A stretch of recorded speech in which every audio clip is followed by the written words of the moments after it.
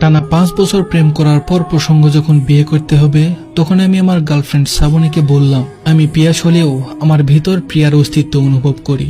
শ্রাবণী কিছুটা অবাক হয়ে বলল, মানে? আমি বললাম, এটা খুব সহজ। আমি যে কোনো সময় পিয়াস থেকে প্রিয়া হয়ে যেতে পারি। কোনো একদিন সকালে ঘুম থেকে উঠে দেখবে আমি তোমার শাড়ি ব্লাউজ পরে ঠোঁটে লিপস্টিক লাগিয়ে ঘুরে বেড়াচ্ছি। তখন তোমার মান ইজ্জত নিয়ে টানাটানি শুরু হবে বলে দিলাম। শ্রাবণী কিছুটা আতঙ্কিত হয়ে বলল, পিয়াস তুমি এসব কি বলছো? তোমার মাথা ঠিক আছে? আমি বললাম, আমি যা বলছি সত্যি বলছি, বিশ্বাস করো।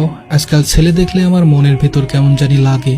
ওই দিন আমাদের বাসার নতুন দারোয়ান ছেলেটাকে দেখলাম দুপুরে গোসল করে রোদে বসে খালি গায়ে সরিষার তেল মাখছে।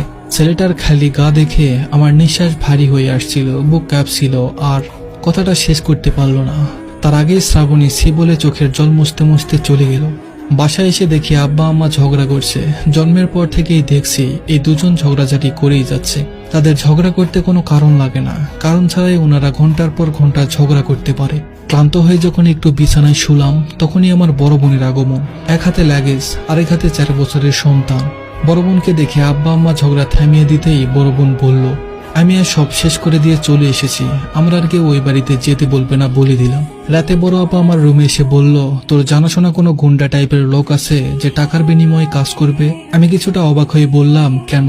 বড় আপা বলল, ডিভোর্স দেওয়ার আগে তোর দুলাভাইকে একটা জন্মের শিক্ষা দিতে চাই।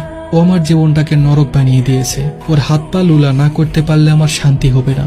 পরের দিন অফিসে যখন কাজ করছিলাম তখন দেখি আমার অফিসের কলিগ মামুন সাহেব ফোনে ওনার স্ত্রীকে নিচু গলায় বলছে, তোমার মতো মেয়েকে বিয়ে করে আমার জীবনটা শেষ। আমি এবার একটু শান্তি চাই, দয়া করে আমাকে মুক্তি দাও। ওনার কথাগুলো ইগনোর করার জন্য বেলকুনিতে গিয়ে সিগারেট ধরালাম। এমন সময় বেলকুনিতে আমাদের বস আরিফ স্যার আসলো।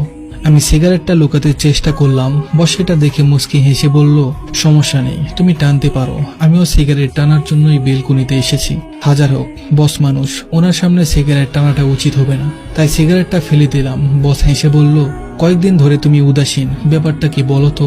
প্রথমে আমি বলতে চাইনি, কিন্তু বসের জোরাজুরিতে সবটা ওনাকে খুলে বললাম। সব শুনে উনি আমার দিকে একটা সিগারেট বাড়িয়ে দিয়ে বলল, আজ বাসায় গিয়ে তোমার বোনকে বলবে দুলাভাইকে মারার জন্য লোক ভাড়া করে পাঠিয়ে দিয়েছো, আর তোমার বাবা মাকে বলবে তুমি আলাদা বাসা নিয়েছো। আজ থেকে তুমি আর তোমার মা আলাদা থাকবে। এইটুকু বললে তোমার সমস্যার সমাধান হবে। এমন সময় মামুন সাহেব তড়িঘড়ি করে বেলকুনিতে এসে বসকে বলল, স্যার আমার ইমার্জেন্সি এখন ছুটি লাগবে। বউ রাগ করে বাপের বাড়ি চলে যাচ্ছে, ওকে আটকাতে হবে। আমি ওকে ছাড়া 2 দিনও থাকতে পারবো না। আমি সিগারেট টানছি আর এইটা ভাবছি, লোকটা কিছুক্ষণ আগেও বলেছিল সে তার স্ত্রী থেকে মুক্তি চায়, অথচ এখন উনি বলছেন স্ত্রীকে ছাড়া নাকি 2 দিনও চলতে পারবেন না। বাসায় এসে বড় আপাকে বললাম, গুন্ডা ভাড়া করে পাঠিয়ে দিয়েছি,